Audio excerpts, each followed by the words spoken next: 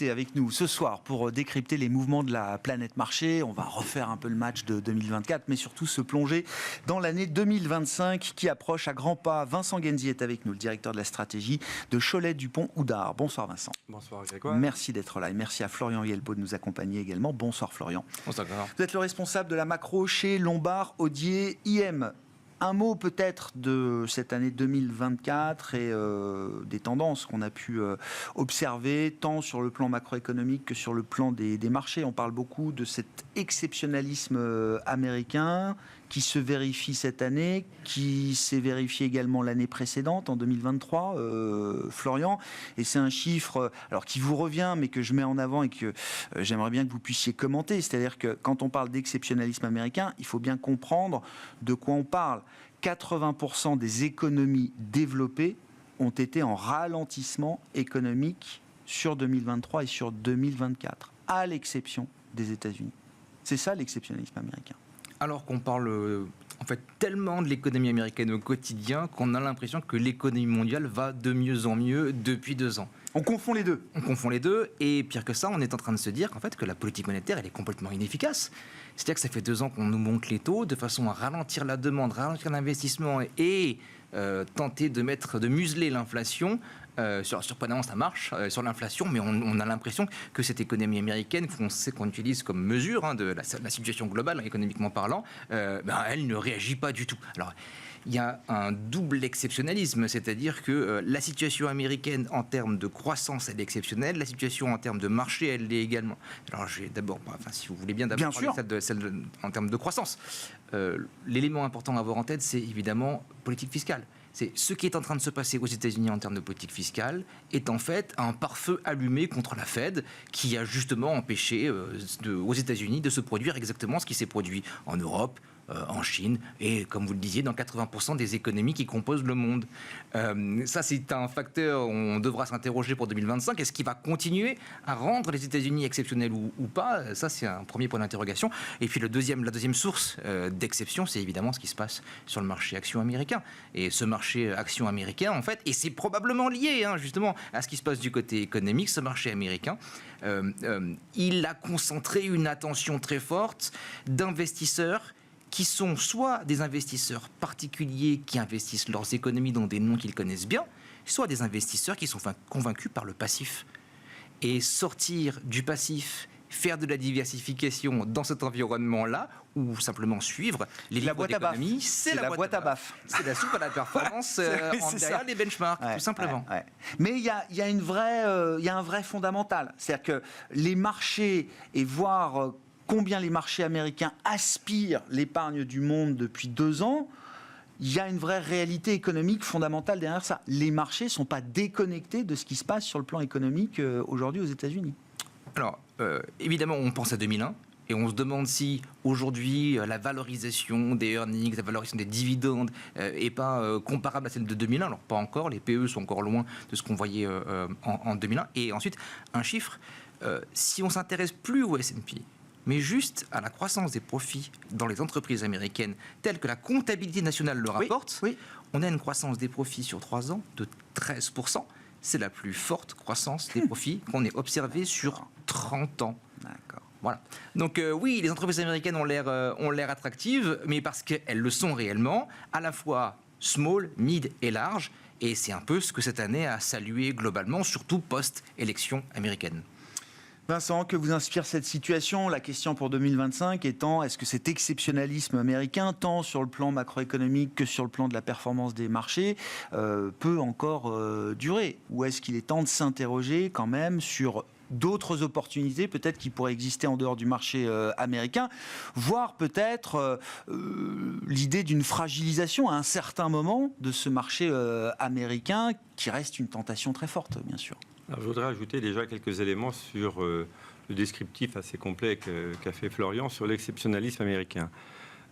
Si on remonte un cran plus haut dans l'analyse, il faut bien voir que depuis 30 ans, 40 ans, les États-Unis ont gardé leur taux de croissance potentiel globalement. Et la croissance est restée bon an, mal an, aux alentours de 3% par an en moyenne. Pourquoi? Parce qu'il y a une démographie qui est plus favorable que chez nous. grâce à des migrations plus ou moins maîtrisées et assimilées, et aussi parce qu'il y a des gains de productivité qui, cycle après cycle, sont toujours là. Donc ça, c'est ce qui nous fait le cœur de la croissance américaine. Et ça, vous dites, c'est 30 ans. C'est 30 ans d'investissement. C'est même 50 ans. Ou même 50 ans. Depuis les années 70. Enfin, depuis ça tombe pas du ciel comme ça en 2020. De la croissance des pays européens, en absolu ou en relatif, c'est grosso modo les années 70. La fin des 30 glorieuses. Les États-Unis, eux, ont traversé cette période, ont même réaccéléré, parce qu'il y a eu des réaccélérations de la productivité. Pourquoi ? Parce que c'est un marché unique, parce que c'est un gouvernement unique, parce qu'il y a des politiques fiscales qui sont plus expansionnistes, ou même budgétaires qui sont plus expansionnistes qu'il le faut. Ça n'empêche pas de temps en temps de remettre un petit peu de bon ordre et de rebaisser un peu la dette.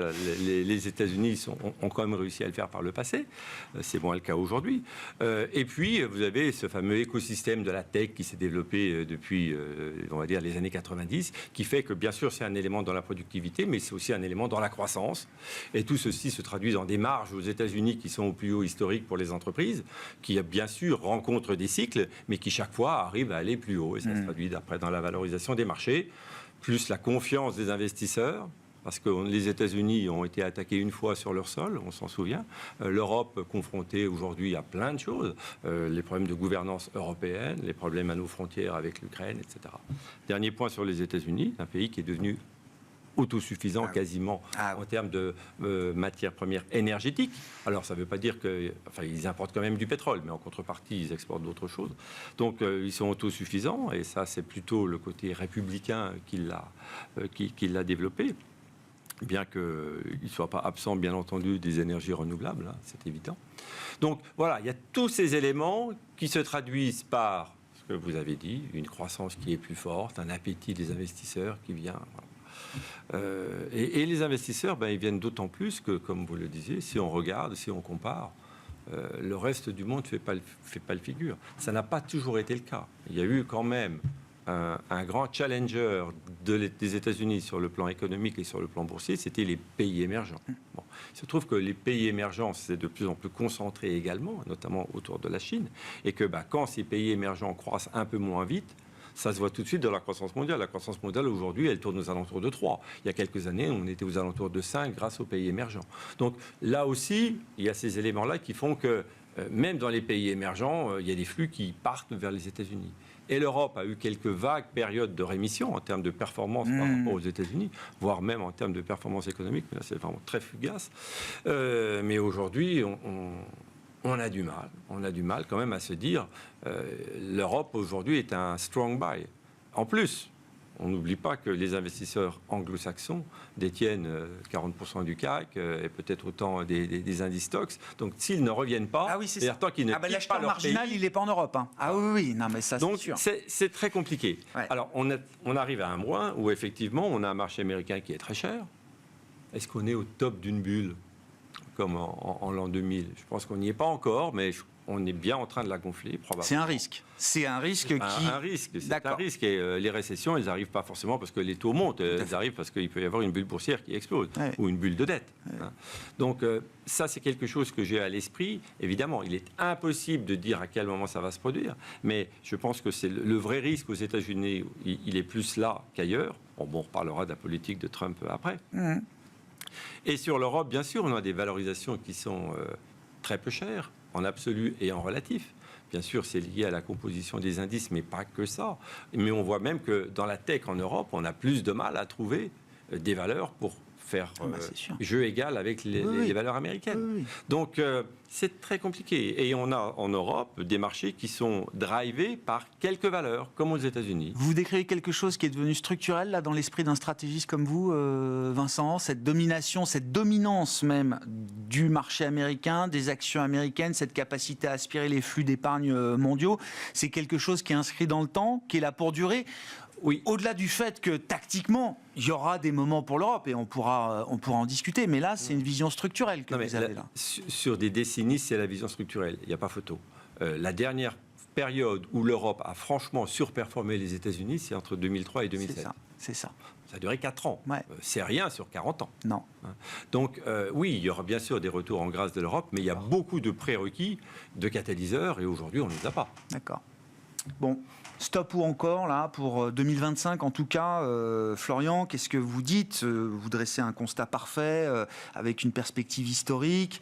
La fonction du marché, c'est de mettre un prix sur tout ça. On peut imaginer que cet exceptionnalisme américain, vous le disiez, le marché américain peut paraître cher, etc. Beaucoup de choses et de bonnes nouvelles sont déjà intégrées dans les cours américains et j'allais dire en creux dans la faiblesse des valorisations qu'on peut observer dans le reste du monde. Est-ce qu'on imagine, dans le cadre des réflexions 2025, différents catalyseurs qui pourraient amener au moins une réallocation partielle? Faisons juste la différence entre ce qui se passe de façon structurelle et ce qui se passe de façon tactique ou cyclique. Structurellement, l'exceptionnalisme américain, il est là parce que la structure de l'économie américaine, des entreprises américaines le permet et la structure européenne ne le permet pas. Je pense que ça, c'est un problème qu'on peut mettre de côté. C'est own it, don't trade it, ou trade it, don't own it. C'est exactement ce mantra-là, c'est-à-dire on a un cœur de portefeuille qui va durablement être américain et de temps en temps, on va avoir des satellites qui peuvent être européens. L'an passé, justement, ces 2 dernières années, ce que je disais, c'est qu'effectivement, avec ce ralentissement, on a globalement eu une préférence pour les États-Unis. Au passage, une préférence pour les actifs de croissance, c'est plutôt un positionnement classique de portefeuille action en période de ralentissement économique. Donc c'est pas complètement non plus déraisonnable tactiquement. La croissance devient un refuge, voilà, là où elle existe. Exactement, elle porte très mal son nom d'ailleurs. Oui, je suis d'accord. Ça très clair. prête à confusion, on est d'accord. Nous, ce qu'on voit aujourd'hui, c'est que on a globalement, dans nos signaux de suivi de la macro, une majorité de données qui est en train de s'améliorer. C'est une petite tendance qui a commencé en septembre-octobre, qui a continué à s'amplifier. Aujourd'hui, en décembre, elle est vraiment très nette. On a 58% des données économiques qui sortent, qui sont en amélioration. Là où les endroits où... Sur le plan mondial. Sur le plan mondial. Là où on voit le plus d'amélioration, c'est plutôt du côté chinois et européens, et suédois, petite économie très ouverte. C'est disons, un phare dans la nuit assez intéressant. La Riksbank a baissé de 50 points de base, je crois, à son dernier mouvement. Pour donner un peu de perspective, n'est-ce pas? Donc, il y a un phénomène en ce moment nous on appelle ça une reprise nominale, c'est-à-dire que on voit aujourd'hui des signaux d'amélioration cyclique de ces économies-là, à la fois du côté des prix et à la fois du côté de l'activité réelle. Ça cadre assez bien avec les prévisions du FMI donc, que je vous partageais avant l'émission. Et le FMI, aujourd'hui, qu'est-ce qu'il voit? Il voit 60% des économies mondiales développées en accélération l'an prochain. Donc l'inverse de 24 et 23, où on avait même jusqu'à 70 ou 80% des économies développées en ralentissement. Là, ça s'inverse. On va avoir 60% du monde développé qui va être en accélération et en dynamique de croissance sur 2025. Nominal. C'est-à-dire qui peut influencer les profits des entreprises locales. Ça, c'est plutôt quelque chose de rassurant. Donc, si on accepte le narratif de oui, il y a eu concentration de la performance économique et donc concentration de la performance de marché, si on inverse la tendance, ça pourrait nous aider, non pas à voir les actions américaines tomber, mais avoir un effet de rattrapage temporaire de valeurs qui, pour l'instant, ont été délaissées. Évidemment, on parle d'Europe, évidemment, on parle des émergents au sens général, côté crédit, côté action. Et ça, pour nous, c'est un scénario qui nous va assez bien. C'est-à-dire que, finalement, on arrête ce pari croissance parce qu'il n'y a plus de ralentissement et on passe sur un pari value parce qu'il y a accélération de la croissance. Reprise cyclique. Reprise cyclique, ce qu'on aurait typiquement fait en 2009. Et ça, c'est des signaux auxquels le marché peut réagir assez vite? Alors, on peut regarder les performances de décembre. L'Europe, pour le moment, ce qui m'a marqué, juste la petite parenthèse, le c'est le point que je faisais quand Pauline nous parlait de l'enquête Zoo et de l'enquête IFO en Allemagne. C'est-à-dire que c'est très intéressant de voir la vision de l'investisseur allemand mesurée par le Zoo qui remonte, parce qu'on a une perspective ou un espoir de changement à horizon de quelques mois, quand la vision du chef d'entreprise allemand, elle ne cesse de se dégrader, parce que lui, il est quand même un peu dans le présent quand même, et assez pragmatique sur même la question de long terme, de la soutenabilité, de son modèle économique, etc. Très intéressant de voir ces deux angles de perspective très différents, pourtant sur une réalité identique qui est celle de l'Allemagne, quoi. Il est pessimiste, le chef d'entreprise, parce qu'il a entendu parler de l'élection américaine et parce qu'il n'a probablement pas spécialement en tête ce que des baisses de taux de la BCE peuvent produire en termes de reprise cyclique. Encore une fois, ces 2 ans de ralentissement, on les doit à nos banques centrales qui ont fait leur travail pour purger nos économies d'une inflation excédentaire, excessive.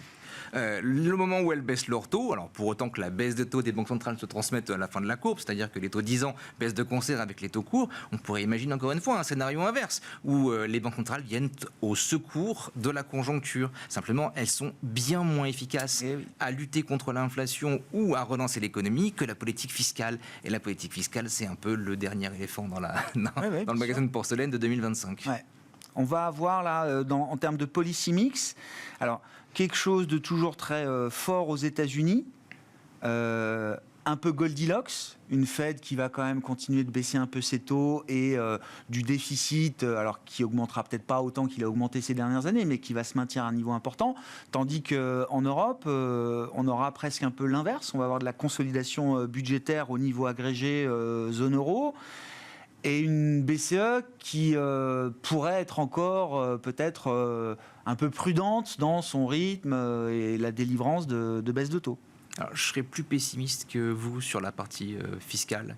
C'est-à-dire que la consolidation fiscale, elle ne commence pas uniquement lorsqu'on tente de faire des économies, mais lorsque, disons, le déficit d'année en année est de moins en moins prononcé. On s'est habitué à des déficits abyssaux aux États-Unis. Il faut bien comprendre que l'année où les États-Unis font 13% de déficit public, en miroir, il y a 49% pour être précis, de croissance des profits des entreprises. Il y a un fort effet stimulant de lié à ce déficit. Il y a un effet multiplicateur qui fonctionne. Extrêmement fort. De moins en moins fort par rapport à ce qu'on avait dans les années Reagan, mais qui reste extrêmement fort. Et ça, on l'aura de moins en moins aux États-Unis. De toute façon, deuxième élément, ce déficit qui va être creusé aussi parce que on a les tax cuts sur la partie entreprise, donc l'impôt sur les profits, qui devrait être revu à la baisse. Mais ça stimule pas la demande. Ça gonfle les profits temporairement des entreprises, mais par contre, ça ne stimule pas la demande. Alors que jusqu'à présent, on avait quelque chose de très positif, très pro-cyclique dans la démarche. Donc on peut aussi avoir une nature de déficit qui est très différente de ce qu'on a vu. La composition du déficit qui change, et donc c'est plus la même histoire macro forcément pour le régime économique américain. Vincent, sur ce qui peut se passer aux États-Unis en 2025, en intégrant bien sûr le facteur politique Trump, en spéculant même, j'ai envie de dire, sur le facteur Trump, où est-ce que vous l'attendez? Où est-ce qu'on l'attend peut-être moins? Et est-ce que Trump va chercher à préserver, à magnifier encore un peu plus cet exceptionnalisme américain? Ou est-ce que, je ne sais pas, quelques maladresses ici et là, est-ce qu'il pourrait fragiliser cet exceptionnalisme américain aux yeux des investisseurs mondiaux? Je crois qu'il est difficile de faire des prévisions. On connaît le Donald Trump, on connaît son programme, et comme vous le savez, il ne va pas appliquer la totalité de son programme. Il va être beaucoup plus pragmatique, de même qu'il a nommé des gens pour ça. Secrétaire au Trésor, des gens plutôt comptables des deniers publics. Bon. Il n'empêche que le leitmotiv pour l'année prochaine, c'est des baisses d'impôts. On en a parlé, c'est relancer ou améliorer encore le bilan énergétique pour faire baisser les prix du pétrole pour répondre à la problématique des prix que les électeurs ont exprimé, c'est faire de la déréglementation. Et puis, effectivement, c'est mettre en place un certain nombre de mesures protectionnistes et adresser le problème de l'immigration. Il ne peut pas tout faire. Il va le faire progressivement, et je pense qu'effectivement, il est difficile aujourd'hui de mesurer les impacts réels. Alors, il y a eu des études sur le fait que ça allait augmenter le déficit budgétaire, créer de l'inflation. Compliqué de boucler un tel programme, de faire le bouclage d'un tel programme économique. Est-ce qu'on met tout dedans? Est-ce qu'on en met un peu? Personne ne sait. Le pragmatisme, c'est prendre des mesures progressivement, c'est commencer à négocier sur les droits de douane, c'est commencer à pointer du doigt l'immigration, mais il est évident que l'économie américaine a besoin d'immigration parce que sinon ce serait plus inflationniste. Donc les droits de douane qui seront mis en place feront un petit peu de surplus de recettes, la baisse des impôts des entreprises. Est-ce qu'elle va se traduire par un effet volume qui compensera la baisse du taux? Je ne suis pas sûr, mais même au niveau de la baisse des impôts, on n'est pas certain qu'il accorde 15% à toutes les entreprises. Donc, wait and see. Et le dosage sera clé. Le dosage et le timing sera clé. C'est pour ça que les investisseurs aujourd'hui, ils se disent, bon, le vent nous pousse dans le bon sens, on ne regarde pas trop. J'entends. Mais du coup, on est probablement en train d'intégrer dans les cours un certain nombre de ces bonnes mesures, je veux dire pour les marchés, et après, il y aura la réalisation. Et c'est là qu'on verra s'il y a un risque de faux pas. J'y crois pas trop au risque de faux pas. Ah ouais. Sur la partie qui nous concerne, qui est l'Ukraine, là, je crois que c'est très. Il très a compliqué. appris depuis le dernier mandat, quoi. Oui. D'une part, d'autre part, il n'avait pas fait énormément d'erreurs sur le plan économique. Il a une Fed qui ne va pas s'opposer à lui, et je ne suis pas sûr qu'il fasse. Enfin, je pense qu'il gardera Powell de toute manière. Donc, je pense que l'exceptionnalisme va durer, mais les investisseurs, comme l'année dernière, enfin comme cette année, vont avoir à l'esprit, ça fait quand même X années de croissance aux États-Unis. On va continuer à être rivés sur quand est-ce que le ralentissement risque de se produire. C'est une question qui va revenir. On avait la désinversion de la courbe des taux, elle s'était produite. Donc on pourrait quand même se dire, soyons vigilants, dans les 6 mois à 1 an qui viennent, il y a quand même un risque. Elle vient de se réinverser un petit peu. Bon, on verra bien. Mais c'est comme l'Europe. L'Europe, on était dans l'attente d'une reprise. Il y a eu des signaux, puis ils sont éteints. Il y a eu d'autres signaux, ils sont éteints. Il y a eu les Jeux Olympiques, ça s'est éteint. Là, il y aura des élections en Allemagne. Ils vont faire de la relance budgétaire parce que, bon, peut-être. Mais je pense que les investisseurs européens, ils en ont un petit peu assez de prendre des paris tant qu'on ne voit pas quelque chose de concret. Et s'il y a bien quelque chose où on manque de visibilité de ce point de vue-là, c'est en Europe. Aux États-Unis, il y a quand même un certain leadership, il y a un seul gouvernement, les décisions se prennent plus rapidement et sont plus efficaces. Chez nous, c'est très, très compliqué. Donc moi, je pense que pour l'instant, les investisseurs ne vont pas tenter de faire la baisse du spread entre les deux. Est-ce que néanmoins, sur le marché américain, il y a des opportunités, d'autres histoires à raconter et à saisir que la seule histoire des 7 magnifiques. Ce qui est intéressant, c'est que depuis l'élection de Trump, on a eu, alors ça se joue, ça change un peu tous les 15 jours, mais il y a eu le phénomène Trump Trades. On a vu les small caps, le Dow Jones, les banques, etc. Et puis là, depuis le début du mois de décembre, c'est quand même plutôt le retour du Nasdaq en folie, le Russell qui repointe, qui repique un peu du nez, le Dow Jones là qui a peut-être bouclé 9 séances de baisse consécutives, ce qu'on n'a plus vu depuis le Dow Jones, j'ai dit quoi? Oui, le Dow Jones. Oui. C'est juste le Dow, mais c'était le symbole de la victoire de Trump il y a encore un mois. Non mais comment vous regardez ces mouvements et est-ce qu'il y a des choix à faire sur le marché américain pour 2025 qui pourraient être des choix différents de ceux qui ont payé en 23 et en 24 par exemple? Alors, revenons sur les mouvements. Les mouvements, c'était clairement un phénomène d'anticipation. Et le fait que ça revienne un petit peu en arrière, ça illustre le fait que on a déjà pas mal joué. D'accord. Après, c'est pas forcément terminé. Effectivement, ça va dépendre du calendrier et de l'agenda des réformes que Trump va réellement mettre en place, les droits de douane qui seront négociés avec chaque pays. Et donc, je pense qu'il y a encore du potentiel. Mais effectivement, c'est là qu'il y a la petite marge d'erreur. D'autant que, parallèlement à ça, ça ne veut pas dire que le trade sur les techs et sur les 7 magnifiques ou les 6 magnifiques est terminé. Or, s'il y a une bulle qui doit éclater à un moment donné, ce sera là. La fin des bull markets, c'est quand les leaders du marché s'effondrent. Donc, je trouve que les marchés, il est rare d'avoir des marchés qui restent en équilibre. Ils vont toujours dans un sens ou dans l'autre. Bon. La seule chose qui me rassure un petit peu de ce point de vue-là, c'est que depuis quelques mois, on a quand même vu des arbitrages se mettre en place. De temps en temps, la tech soufflait un petit peu, et on n'avait pas pour autant un effondrement du marché, parce qu'il y avait un peu de rotation qui se mettait en place. Mais quand tout sera revenu à son prix, ça sera quand même plus compliqué. Donc pour l'année prochaine, je pense que les investisseurs vont être tentés aux États-Unis, effectivement, de diversifier davantage. Surtout que sur la tech, il y a toujours un petit nuage qui est le nuage de la réglementation, de lois anti-monopole, antitrust. Bon, donc on va tout déréglementer, mais on va casser les monopoles de la tech américaine. J'ai du mal à y croire. À y croire. Mais bon, à un moment donné, quand tout est très cher, c'est quand même des éléments qui viennent à l'esprit des investisseurs. Donc que pendant... à la limite que pendant les 6 premiers mois de l'année, on commence à avoir une rotation, un peu moins de performance du Nasdaq et de rattrapage du reste du marché en fonction des mesures qui sont mises en place, ça ne me choquerait pas du tout. Est-ce qu'on risque d'avoir la même chose en Europe? C'est plus compliqué. Je crois qu'il nous faut des catalyseurs. Et outre l'Allemagne, je pense qu'il y a un catalyseur essentiel vis-à-vis des investisseurs étrangers, c'est l'Ukraine. on en redira un mot. C'est un facteur de risque géopolitique qui est...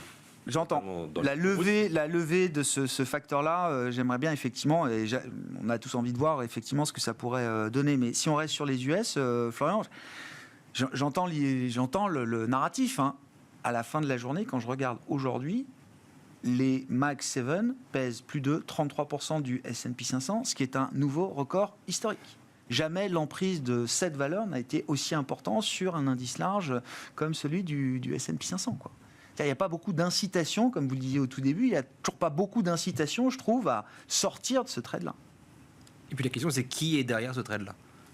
Est-ce que ce sont des gens qui vont aller choisir justement ces noms-là en particulier, qui surfent encore sur la vague d'épargne qui était liée au Covid ? On a peu de mesures de ça. Les enquêtes AAII... qui achètent encore des Mag 7 aujourd'hui, c'est ça la question. Ces enquêtes de positionnement des investisseurs de détail particuliers montrent clairement qu'ils sont surpondérés actions, notamment les ménages américains, soit, mais il y a aussi la montée de ETF, la montée justement de ce phénomène de passivisation de l'investissement qui justement peut contribuer à accélérer ces phénomènes de tendance en alimentant cette surconcentration. Ça, c'est assez difficile. Pour relativiser ça, ce qu'on voit aujourd'hui, le grand acteur qui manquait, c'est nous, ce sont les investisseurs professionnels, les investisseurs institutionnels. Quand on s'intéresse au bêta des hedge funds macro comme une forme de proxy pour approcher ça, depuis 2 ans, ils ont été relativement pessimistes vis-à-vis des marchés actions. Même vis-à-vis du Nasdaq, ils ont refusé de rentrer dans ces rallyes-là. Dans l'ensemble, ils ont rarement eu des bêtas ou des expositions actions aussi faibles dans leur portefeuille. Ça fait 2 mois que ces tendances-là, elles ont changé. Et quand on regarde la sensibilité de leur performance à celle du marché action, on voit clairement qu'aujourd'hui, elles ont rechargé leurs expositions actions. Et tenez-vous bien, elles ne l'ont pas fait de façon classique, c'est-à-dire qu'elles ne sont pas allées chercher les winners, pas en momentum, mais elles sont allées chercher tous les indices actions. C'est-à-dire qu'on a vu des surpondérations Japon, on a vu des surpondérations émergentes, des surpondérations Nasdaq, des surpondérations européennes. Et ça, c'est quelque chose de nouveau dans l'échiquier. Et je pense justement c'est ce qui explique cette rotation qu'on commence un petit peu à voir sur ces petits moments de recul du Nasdaq où on voit que dans l'ensemble, le marché continue à tenir et qu'on voit ce mois-ci, l'Europe qui s'en sort. Il y a un panachage dans les choix qui sont faits par des investisseurs sophistiqués, professionnels et très réactifs. Exactement. Qui, eux, ont acheté la thèse du ralentissement des 2 dernières années. Eux, ils ont ouvert leur livre. Ils ont ouvert leur livre d'investissement. Il est écrit « ça ralentit, n'achetez pas d'actions ». Ils l'ont fait, ça accélère, ce que je disais, racheter des actions. Est-ce que ça suffira à réduire le gap US-Europe, US-Chine, US émergent? Énorme point d'interrogation. En tout cas, ça va aider, ça devrait continuer à aider en ce début d'année les performances des autres. J'entends. Des autres en relatif, effectivement. Il y a un point qu'on retrouve souvent dans le scénario, effectivement, du rattrapage, du reste du marché ou de la diffusion de la hausse. C'est comme vous disiez, Vincent, l'idée de dire, pas besoin de voir les Mag 7 ou la tech souffrir. Sauf que quand vous me décrivez une logique de marché tirée par des particuliers, des effets moutonniers, des effets de passivité, je me dis là aussi, c'est quoi l'histoire qui permet à la tech de rester flat, quoi ? C'est-à-dire de plus monter, mais de pas baisser non plus. La réponse est peut-être dans la demande globale. Il suffirait que dans l'ensemble, c'est possible, on peut avoir ça conjuguée, globale, qui amène une forme de croissance supérieure à ce qu'on a vu précédemment. Parce que si le Nasdaq se met à perdre 20%, je ne sais pas ce qui se passe sur le reste du marché, tout aussi valable que soient les opportunités qu'on trouve. Alors, ça, c'est le grand point d'interrogation, je trouve, si j'ose. Mais sur cet aspect-là, il y a un espèce d'effet esprit animaux. Si ce sont bien les retails qui sont derrière la performance qu'on a pu observer sur les actions américaines, il faut prier pour que lorsqu'on ait un recul des marchés actions de plus de 10%, cette baisse ne fasse pas la une des journaux. Des journaux retail. Parce que là, on pourrait avoir un effet moutonnier. Ces gens-là sont probablement également exposés au marché des cryptocurrencies. Et l'ampleur du mouvement et de l'effet richesse négatif pourrait être surprenant. La petite mise à jour, c'est que ça se fait plus dans les journaux, Florian. Ça se fait sur les réseaux sociaux aujourd'hui. Non, mais il y a quand même une viralité, une vitesse de viralité qui est très différente. On n'attend plus la publication de l'hebdomadaire boursier pour faire ses choix aujourd'hui. Enfin, je crois. On l'a pas vu en août, ça. On l'a pas vu en août. D'accord, c'était le mois d'août. C'est un élément important. C'était le mois d'août. Vincent. Je voudrais rebondir sur le sujet des hedge funds, parce que c'est vrai que si on regarde par une grille d'analyse, si on est déjà dans un phénomène de bulle ou non aux États-Unis, il y a quand même quelques cases qui ne sont pas encore cochées. Il y a notamment celle des hedge funds qui, globalement, ne sont pas très, très investis et n'ont pas un gros effet de levier par rapport à des phases pré-explosion de bulle. Mine de rien, il y a quand même les particuliers qui détiennent beaucoup d'actions, mais qui, bien sûr, en termes de volume, ne représentent rien, puisqu'il y a beaucoup de trading algorithmique. Et il y a surtout encore un grand absent, alors aux États-Unis, mais encore plus en Europe, bien entendu, c'est les introductions en bourse. Ah oui. Et ce qui m'étonne, c'est que le driver du marché, et qui fait quand même la croissance des valeurs de tech, c'est pas parce que les gens ont envie de payer les valeurs de tech plus cher, ils les payent plus cher parce qu'elles croissent beaucoup plus vite, comme on l'a dit tout à l'heure. 30% de croissance. Et donc, à un moment donné, quand on a un engouement qui se met en place, derrière, on a des jeunes pousses. Et dans toutes les phases de bulle, il y a une explosion des IPO. Et là, on en est loin. Non, ouais. Et donc, moi, j'attends de voir un certain nombre de boîtes qui gagnent rien et qui nous disent moi, je vais vous faire le permis de conduire à l'intelligence artificielle ou la distribution de boissons à l'intelligence artificielle, comme on l'a vu en l'an 2000. Et là, on aura tous les éléments constitutifs d'une bulle. Donc, on n'y est pas encore. Mais on commence à avoir des intros, quand même, sur le secteur. Bon, évidemment, il y en a eu des très grosses par le passé, mais là, on commence à avoir des petites boîtes qui sont dans cette activité qui viennent sur le marché. Il y a eu Arm Holding a été une des grandes introductions en bourse de l'année dans le secteur tech. Mais c'est vrai qu'il y en a eu moins que d'habitude. Mais c'était une société déjà oui, connue, reconnue, identifiée. Elle ne venait pas de nulle part. Je suis bien d'accord. Donc voilà, je crois qu'il y a des signaux à garder. Et quant à l'Europe, alors Ukraine, je veux bien comment on réfléchit à l'idée, puisqu'il nous a promis que Day One, le conflit allait s'arrêter. On verra, évidemment. Mais il y a sans doute une pression très forte qui va s'exercer pour au moins quelque chose de temporaire ou une baisse d'intensité, voire un cessez-le-feu entre la Russie et l'Ukraine. Comment on réfléchit à ça et aux conséquences? Mais bon, honnêtement, c'est impossible. C'est impossible à savoir. On peut imaginer qu'il va vouloir négocier, dire à Poutine, on lèvera les sanctions, mais il faut que tu recules un petit peu, que tu rendes un petit peu à l'Ukraine. Bon, on verra. Mais ce que je crois, c'est que déjà un cessez-le-feu, ça peut quand même redonner un petit coup de projecteur sur l'Europe, qui s'est quand même pris successivement le Covid, l'Ukraine, la hausse des prix de l'énergie, qui les a beaucoup plus touchés que les États-Unis. Bon, donc il y a tous ces éléments-là qui peuvent, je pense, aider à un rattrapage de l'Europe. Parce que les capitaux n'ont pas envie de venir. Ils sont focalisés sur les États-Unis. Donc il suffit qu'il y ait un petit appel d'air et ça peut aller relativement vite. Je ne sais pas si ça va se produire, mais ça fait partie, moi, des catalyseurs que je mets en avant. Mais c'est un facteur qui est encore important. Parce que, est-ce que c'est pas devenu un peu le new normal des investisseurs depuis 2 ans, malheureusement, si je puis dire? Il y a deux choses. Il y a l'Ukraine, et pour l'Europe, il y a le deuxième élément, qui est la Chine. Qui est une relance réussie en Chine. Et pour l'instant, on l'attend toujours. Même s'il y a des petits signaux, il y a déjà eu ces derniers mois des signaux d'amélioration, puis ça retombait, ça redémarrait, etc. Donc il faut que ça s'enclenche. Et là, ça ne va pas se faire non plus du jour au lendemain. Vous avez bien vu que lors de la dernière réunion des autorités chinoises qui ont dit on va commencer quand même à s'inquiéter un petit peu plus de soutien à l'économie, ça a aidé le marché chinois, puis 3 jours après, le soufflet retombait. Donc il faut que tout ceci se mette en place. Si on arrive à avoir ces deux catalyseurs et qu'au niveau de la guerre commerciale entre États-Unis et Europe, les choses sont à peu près correctement c'est pas si pire, gérées, bon, je pense que ça peut être suffisant pour nous donner un potentiel de rattrapage et peut-être même pour le CAC qui, lui, a particulièrement souffert de la situation française. Alors la politique va certainement pas s'améliorer, mais les valeurs de luxe peuvent quand même... j'entends. Bien sûr. Donc, il ne faut pas être négatif parce qu'il y a déjà beaucoup de mauvaises nouvelles qui sont dans les cours. Est-ce que l'élastique est très tendu? Mais il faut qu'on lâche l'élastique pour que ça revienne dans l'autre sens. Et au-delà des valorisations, les perspectives bénéficiaires sont là aussi comme facteur positif? Elles viendront en anticipation. D'accord.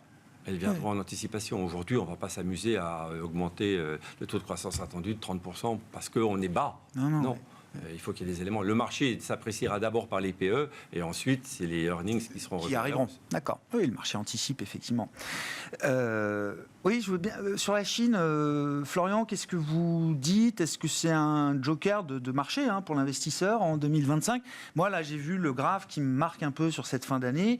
C'est le plongeon du 10 ans chinois, quoi. C'est-à-dire, on était encore à 2% plus il y a quelques semaines.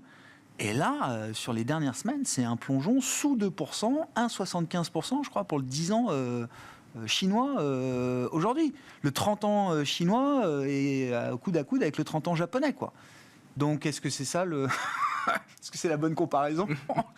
Et pourquoi le 10 ans chinois s'est effondré comme ça, là?